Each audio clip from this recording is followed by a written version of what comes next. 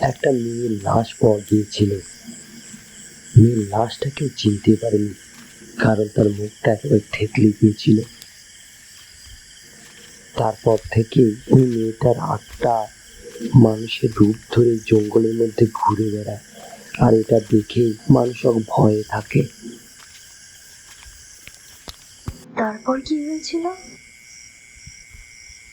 হতে পারে কেসটা আমার হাতেই ছিল। মেয়েটাকে কেউ চিনতে না পারায় তদন্ত সামনে আগাতে পারিনি। অবশেষে কেসটাকে বন্ধ করে দিতে বাধ্য হই।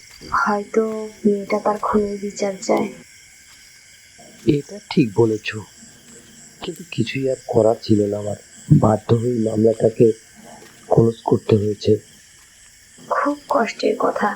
মেয়েটা সংসারও পেল না, আর বিচারও পেল না। আচ্ছা, আমার একটা কথা রাখবে?